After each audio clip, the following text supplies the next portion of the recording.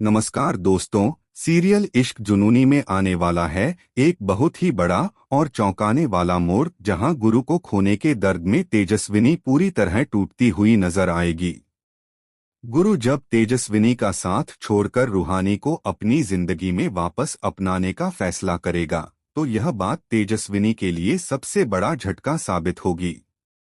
जिस गुरु को तेजस्विनी अपना बनाना चाहती थी, वही गुरु सबके सामने रूहानी के लिए अपने प्यार का इजहार कर देगा। दोस्तों, तेजस्विनी ने कभी नहीं सोचा था कि गुरु उससे दूर हो जाएगा। उसे पूरा भरोसा था कि वह किसी भी कीमत पर गुरु को अपना बना लेगी, लेकिन जब गुरु अपने दिल की बात कहकर रूहानी को चुनता है, तो तेजस्विनी का गुस्सा और दर्द दोनों बाहर आ जाते हैं। वह कहती है कि जिस चीज पर तेजस्विनी सिंह एक बार अपना हक जमा लेती है, वह उसकी होकर रहती है, चाहे वह कोई सामान हो या फिर कोई इंसान। गुस्से और दर्द में तेजस्विनी इतना बड़ा कदम उठा लेती है कि सभी लोग हैरान रह जाते हैं। वह खुद को नुकसान पहुंचाने की कोशिश करती है और अचानक उसकी हालत खराब हो जाती है। तेजस्विनी बेहोश होकर गिरने लगती है, लेकिन तभी उसका भाई गौतम सिंह वहां पहुंच जाता है और अपनी बहन को संभाल लेता है। गौतम सिंह अपनी बहन की ऐसी हालत देखकर पूरी तरह गुस्से में आ जाता है। तभी रूहानी भी तेजस्विनी की मदद के लिए आगे बढ़ती है, क्योंकि तेजस्विनी के हाथ से काफी खून बह रहा होता है।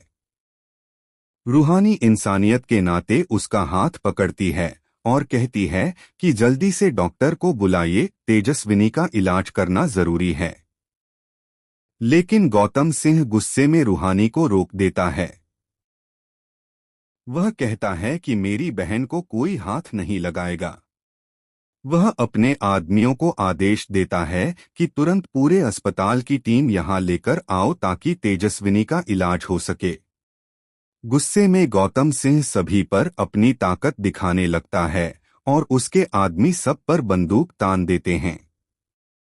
तभी गुरु भी पीछे हटने वालों में से नहीं होता। वह अपने साथियों को बुलाता है और कहता है कि यहाँ आओ। गुरु और उसके साथी भी सामने खड़े हो जाते हैं। अब माहौल पूरी तरह बदल जाता है। एक तरफ गौतम सिंह अपनी बहन के लिए लड़ रहा होता है, तो दूसरी तरफ गुरु अपने प्यार और अपने फैसले के लिए खड़ा होता है। गुरु गुस्से में गौतम सिंह से कहता है कि हमारे घर में आकर हमें ही धमकी दे रहे हो, आखिर तुम हो कौन? तभी रूहानी बीच में आकर हालात संभालने की कोशिश करती है। वह गौतम सिंह से कहती है कि पहले तेजस्विनी को कमरे में लेकर चलिए, उसकी हालत खराब है और उसका इलाज करना जरूरी है। इसके बाद रूहानी खुद तेजस्विनी का इलाज करती है। यही देखकर कई लोगों को हैरानी होती है, क्योंकि जिस लड़की की जिंदगी बर्बाद करने की कोशिश की गई, वही लड़की आज उसकी जान बचाने में लगी हुई है। रूहानी का यह कदम उसकी अच्छाई को दिखाता है। लेकिन दोस्तों, इसके बाद गुरु और गौतम सिंह के बीच एक जबरदस्त टकराव देखने को मिलता है।